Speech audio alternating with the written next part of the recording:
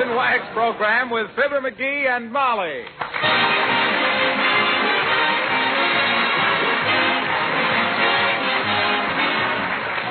The makers of Johnson's Wax and Johnson's self-polishing glow coat present Fibber McGee and Molly, written by John Quinn with music by the King's Men and Billy Mills Orchestra.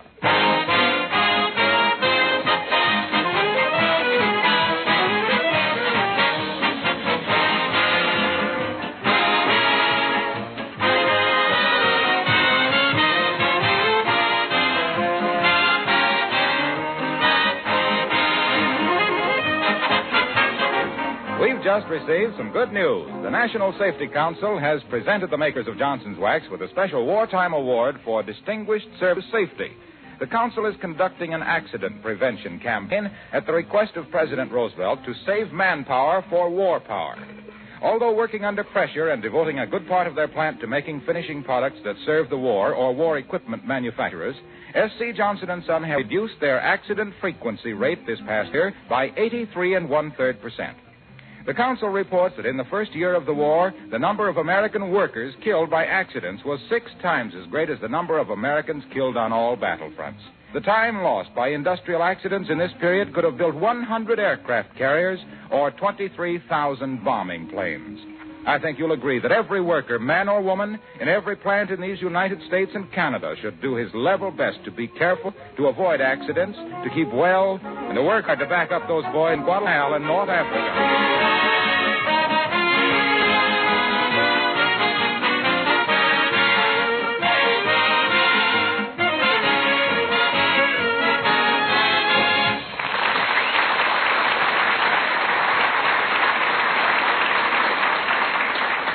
Was the night before Wednesday.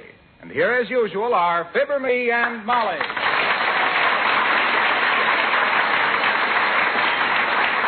So I walks up to the counter and I says to the butcher, I says, Bud, I says, give me about a 6-pound roll roast of beef, 2 nice tenderloin steaks, and a pound of bacon. Well, that guy looks at me like I was dreaming out loud. Because just off. Too bad you didn't sleep long enough, or stay asleep long enough to get those 2 steaks, dear. Yeah, I'll try him tonight. While I'm dreaming, you want me to go run by the creamery and get a pound of butter? Say, McGee. Huh? How on earth do you wear the toes of your sock out like this? Look at here. And these are practically new socks. Oh, I see. I wiggle my toes when I think. Well, don't be such a deep thinker. Go barefooted. What are you reading there? Huh? Oh, this? I thought I'd read up on modern weapons and all the new stuff they're using in this war, so I went to the library and got a book. Oh, what's the name of it? Tom Swift and his electric rifle. Believe me, the War Department is a dope if they don't sign this guy up. He's terrific. He's got a... Oh, I wonder who that could be. Probably a fireman from Berlin looking for a cool place to sit down. Come in. Well, Abigail Upington, come in. Oh, how do you do, my dear? And Mr. McGee? Hi, Uppy. Hunker down on this homespun hassock and hand your hips a hunk of happiness. I'd offer you this rocking chair, but it ain't been ridden for several days, and it's kind of skittish. Oh, thank you, Mr. McGee. I can't stay but a few minutes. Mrs. McGee, I wanted you to be the first to know. Abigail, you're not engaged. Oh, no. You ain't married again. No. You're not moving. No, that's not what I know. You're going to let your hair grow in again. Natural. No, Please, Mr. McGee. Oh, that's okay. You look good with gray hair. You know what I always say. Just because there's a little snow on the roof don't mean the fire's gone out in the house.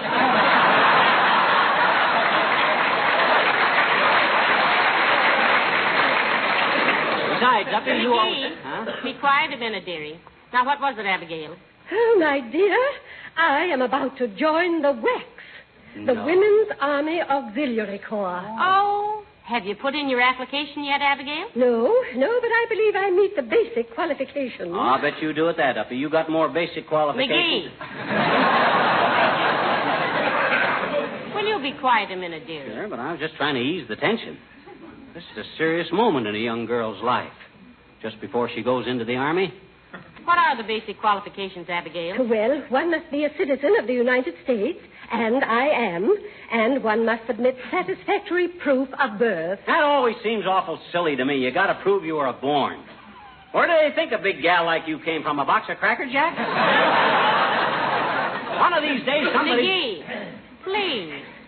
What else do they check, Abigail? Oh, general health, height, weight. Quiet, McGee. Quiet my clavicle. I didn't say anything. Well, you were going to. I know, but you moved in too fast. Then one must pass a mental alertness test and present 2 character references. Oh, my dear, I'm really thrilled about this. Oh, I do hope you'll go with me when I apply. Well, I'd love to, Abigail. I've even considered joining myself. Yeah, Molly. What was that?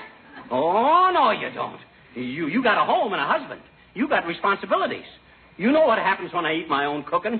Oh, no, you don't. You can't do this, Molly. I refuse my permission. Well, excuse me, but I must be going, Mrs. McGee. I'll call you this afternoon, and we'll go down to headquarters together. Yes, you do that, Abigail. I'll be thrilled to death. Yeah, so long, Uppy. When they get you handling them army mules, I'll be thinking of you. Well,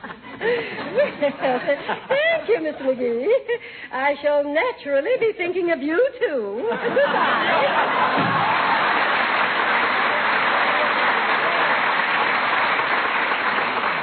I would try to bandy words with her if I were you, McGee. Why? She'd top you like she was trimming a hedge. Yeah. She just wants to strut around in a uniform. That's all she wants. Gee whiz. Now, listen, you stop right there, my fine fellow. Huh? I know a little bit about the Waccs myself, and they're wonderful. Every one of them is releasing a man for frontline duty. Yes, but my And guy... they don't strut. They work. They rig parachutes, they drive jeeps and peeps and repair motors and operate radios. I know, but what I It's the only mean... authorized women's organization except the nurses that serves with the Army. Yes, but what... And just because the Marines said you were too old, and the Army said you were out of condition, and the Navy said they didn't want you, and the Air Corps just laughed... You needn't think that... Oh, well, lay off. Now, cut it out, Molly. I wasn't insulting the Waccs. But them gals that spend $250 for a fancy uniform... The Waccs wear government-issue uniforms. Yep. Hey, how do you know so much about this? Oh, look, you ain't seriously thinking... Oh, now, Molly, you can't do this to me. Who'd mend my socks? Who'd make my bed? Calm yourself, dearie. Come in. Well, call me a Jap, give me a knife, and turn your back if it ain't Horatio K. Boomer.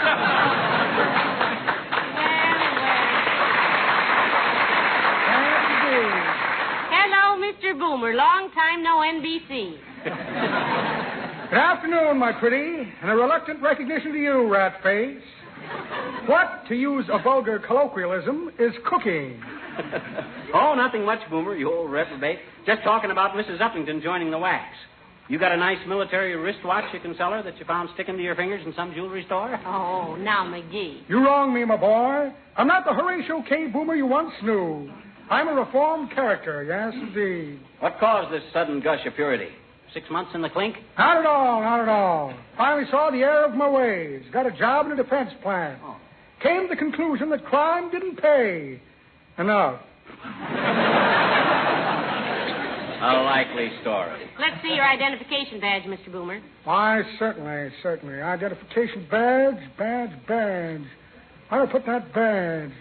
Had it right here a minute ago. Now, let me see. Must be an odd feeling going through your own pockets, eh, Boomer? Quiet, retread, quiet. Now, let me see. Here's a short length of copper wire, handy to use at length on short coppers. Just for a gag, of course. Here's a small harness buckle. Oh. Found that in my porterhouse steak last night. Wonder if they thought I said powder horse. No, that's impossible. Still, why did the waitress tell me to pay my check at the $2 window? Ah, well. I'll bet you haven't got any identification badge. Tiger Lily? My new teeth are bothering me. That'd be an even money wager in any town west of Passaic. But I have it right here somewhere. Now, where's that badge? Let me see. What's this? A letter from my baby sister, Clarissa. Poor child. Now doing time in Kansas City. Oh. Victim of her own vanity. Mistook a bloodhound for a wolf. Well, imagine that. No identification badge. Must have dropped it in that dark doorway when I was rolling that lush. Unfortunately, it was somebody else's picture on it. Well, nice to have seen you, Dreamboat. Hip, hip to you, Pixel Puss.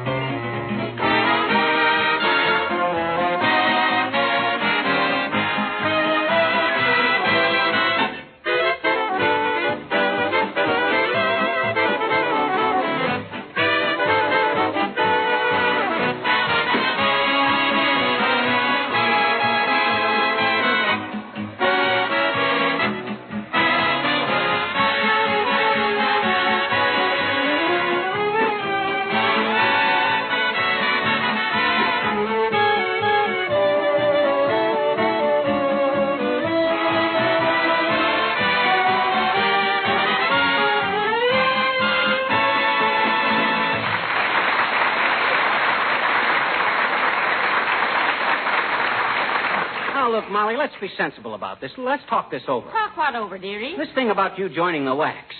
Gee whiz, I know they're wonderful and all that, but think of me. I'm your dependent. Oh, for goodness sake. Stop wringing your hands and be sensible. And don't pace up and down like that. You make me nervous. I make you nervous. Here I am all alone, full of worn-out socks and eating out of cans. With you over there in Egypt someplace, bouncing all over the geography while I stay here with a star in the window. Wondering how much flour to put in the gravy, which I probably won't even have any gravy on account of I can't get any meat. And Hello, folks. Hey, what's this I hear about Mrs. Upington going to join the Well, Waccs? she's going to try, Mr. Wilcox. I'm going down with her very shortly to put in her application. Why, Junior? Oh, I just wondered. Somebody told me. I think it's great. Good old Abigail in the Waccs. Stand by, folks. 5 will get you 10 that here comes the most obvious and corny commercial of the year. Well, I hope Abigail makes it. It's a great outfit, and she'll be a credit to it. Well, what are you staring at me for, Fibber? I'm just waiting. For what? Oh, just waiting, that's all. So you're in favor of Uppy joining the Waccs, eh, Junior? Sure am. She has no dependents. She's intelligent. Probably do a swell job. In the Waccs. Yeah.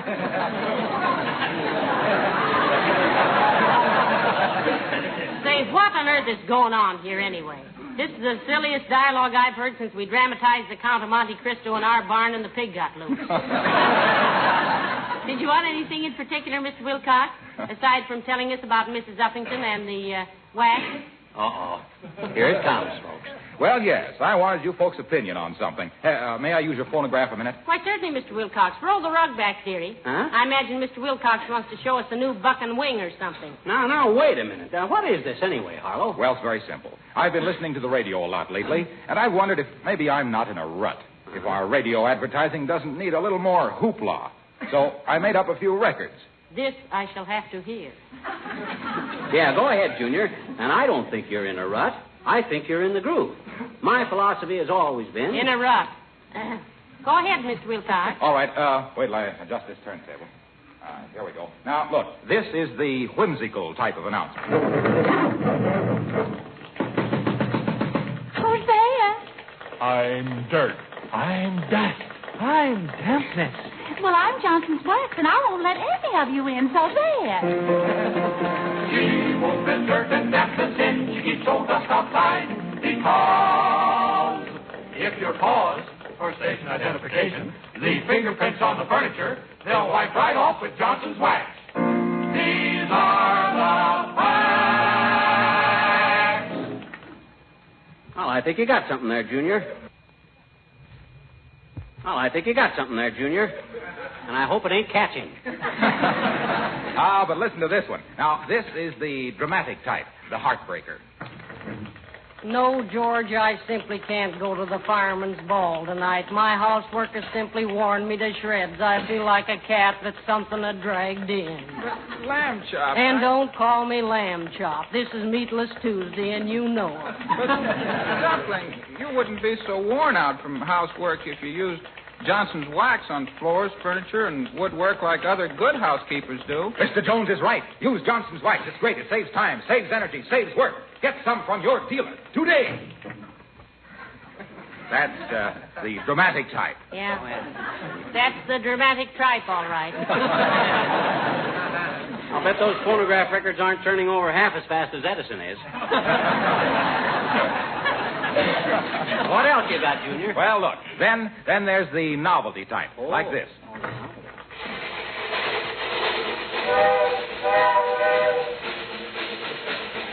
Johnson's wax, Johnson's wax, Johnson's wax, Johnson's wax, Johnson's wax. It's good. Yes, try Johnson's wax, and you'll make the grade as a fine housekeeper. Because Johnson's wax seals all wood, painted, and enamel surfaces against dust, dirt, and dampness. So train yourself to try Johnson's wax, Johnson's wax, Johnson's wax, Johnson's wax, Johnson's wax. It's good.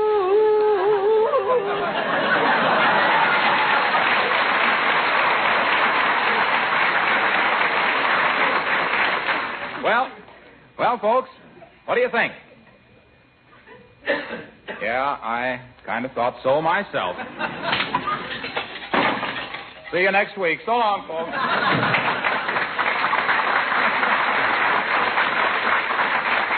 Well, it was the old college try anyway, McGee. Yeah, we'll give him an A for effort. He always was. McGee, look at the time, and I've got to go with Abigail down to the Waccs. Oh, now, look, Molly, I don't mind giving Uncle Sam the best years of my wife. But after all, you got a home to keep up. I won't even have time to change my dress. How does it look, dearie? It's all Don't tell me. I just hope it's all right. Have I got my face on? Yes. It'll have to do. Well, where's my purse? Oh, here it is. I got it. I won't be long, dear, and I wonder if I need an umbrella. No, I guess I don't. Molly, please, don't rush away like this.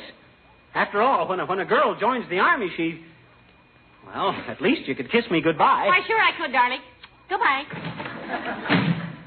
There goes the best wife a man ever had. Off to the war. And here I am, a lonely old man, sitting by the fires with only an old cat for company. Gosh, I haven't even got a cat. Where can I get a cat? Maybe if I... Maybe that's a cat now. Come in. Hi, mister. Oh, hello there, little girl. Sit down and be quiet. I'm in a bad mood. My wife is joining the Army. Oh, gee, really? Mm-hmm. Well, that's peachy. You used to be in the Army, didn't you, mister? Who, me? Yeah, I was in France in the last war, sis. Gee, did you learn to parley who? Parley boo, sis. Who? Me. You? Yeah. You mean you could parley who French, huh? And don't be such a smart aleck. Once upon a time, a famous author went deep, deep, deep into the forest to write a novel. One day, he fell asleep, and a big hyena came sneaking along and ate the novel. Is that all? Yes, it was a novelette. Oh, murder.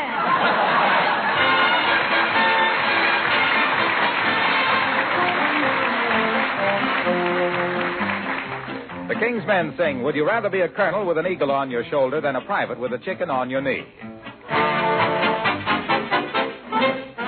I overheard a father ask his soldier son, Now, why don't you advance as other boys have done? You've been a private too long. Now tell me what's wrong. said the soldier with a twinkle in his eye, here's the reason why. I'd rather be a private than a colonel in the army. A private has more fun when all his daily work is done. And when he goes on hikes, in every town he strikes. Girls discover him and they smother him With things he likes, but girlies act so shy. When Colonel passes by, he holds his head so high with dignity. So would you rather be a colonel with an eagle on your shoulder than a private with a chicken on your knee? Well, colonels and majors and captains are fine with eagles and medals and buttons that shine. Corporals and sergeants and lieutenants too, all giving orders for privates to do. I ask you, what good would the colonels and majors and captains and lieutenants be if it weren't for the privates who carry out the orders that will win the victory? So would you rather be a colonel with an eagle on your shoulder than a private with a chicken on your knee? Not me. There's nothing on his sleeve except a girl when he's on leave. And when he goes on hikes, in every town he strikes. The girls discover me and they smother me with things I like. But girlies act so shy when Colonel passes by. He holds his head so high with dignity. So would you rather be a colonel with an eagle on your shoulder or a private with a chicken on your knee?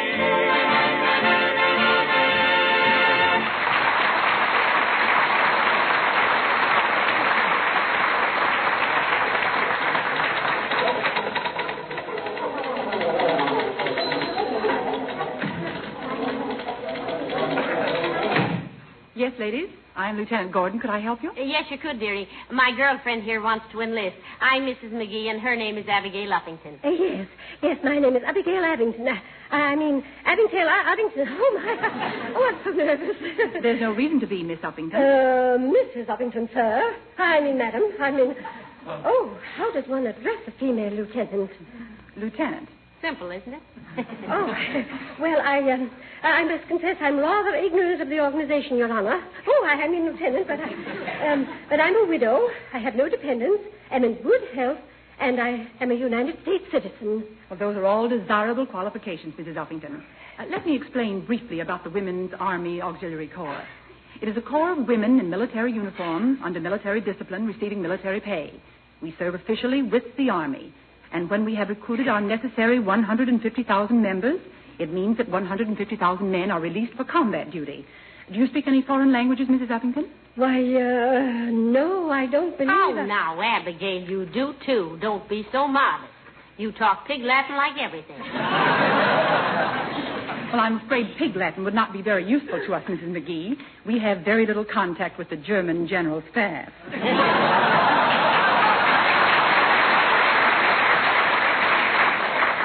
Well, what are the physical requirements?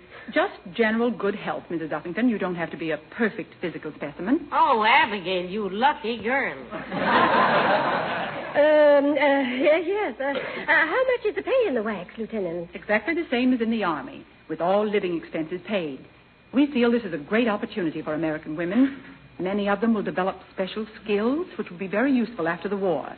Besides which, we feel that we are backing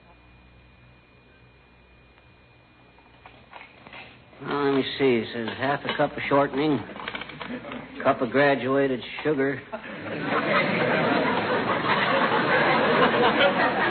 2 eggs separated.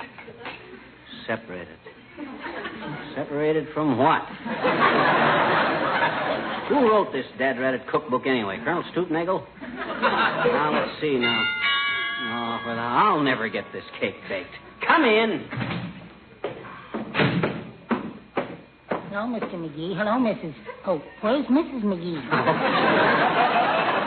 Hi, Wimp, old man. Hey, what does TSP stand for? Tailspin, I think, Mr. McGee. Tailspin. 1.5 tailspins of salt. That can't be right. What are you making? Upside down cake. Well, maybe tailspin is right. Hmm? Maybe you just put in some salt, whirl around till you fall on your batter. How long ago was Sweetie Face here, Mr. McGee? Your wife? She hasn't been here, Wimp. Really? No. Well, my goodness. When I saw the curtains all down and the rugs torn up and the place in such a mess, I thought that Sweetie... That. Hey, McGee, where are you? What's happened to this house? Hello, Mr. Wimple. Hello, Mrs. McGee. I just thought Tell me later, what goes on here, McGee? The house is a wreck. Well, didn't you join the Army? Why, of course not. Huh? I got all the dope out of months ago, and I decided how much responsibility. Oh. But who wrecked our house, dear? Well, gee, I thought if I was going to be a grass widow for the duration, I better learn to do things. I started to wash the curtains and clean the rugs and bake a cake. Only I scorched the curtains trying to dry them in the oven. I couldn't get the soap out of the rugs. And what does TSP stand for? Teaspoon. And give me a kiss, you silly boy. Oh. Well, what are you looking so pop-eyed about, Wimple?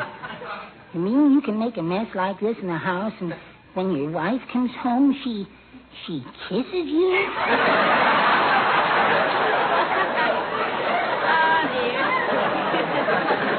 Well, why not, Mr. Wimple? What would your wife do? Oh, let me take that bowl of batter.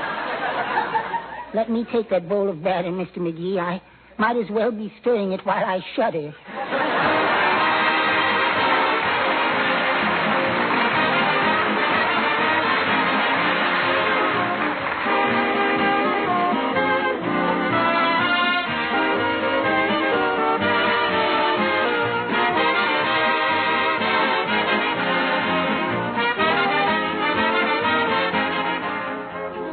Things that are said over and over again sometimes get to be such an old story they lose their original meaning. They are worn smooth from much use. Take the word conservation, for example, and the phrase, take better care of the things you have. Yes, we've heard them often, but we'll hear them many more times before this war is over.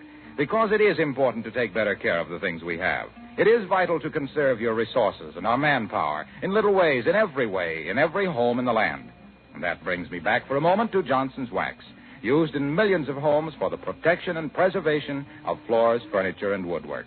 The regular use of Johnson's Wax saves expensive refinishing. It also saves many hours of work and adds rich, mellow beauty to your home. Johnson's Wax is available in 3 forms: paste, liquid, and cream.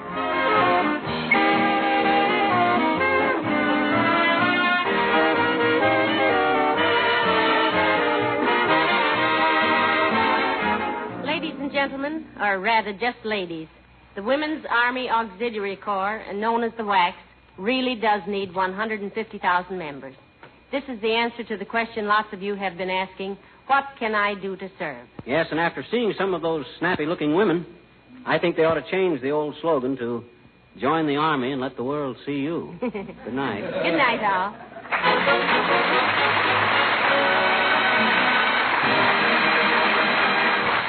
The characters of Horatio K. Boomer and Wallace Wimple heard on our program were played by Bill Thompson. This is Harlow Wilcox speaking for the makers of Johnson Wax Finishes for the home and industry, inviting you all to join us again next Tuesday night. Good night. This program came to you from Hollywood. This is the National Broadcasting Company.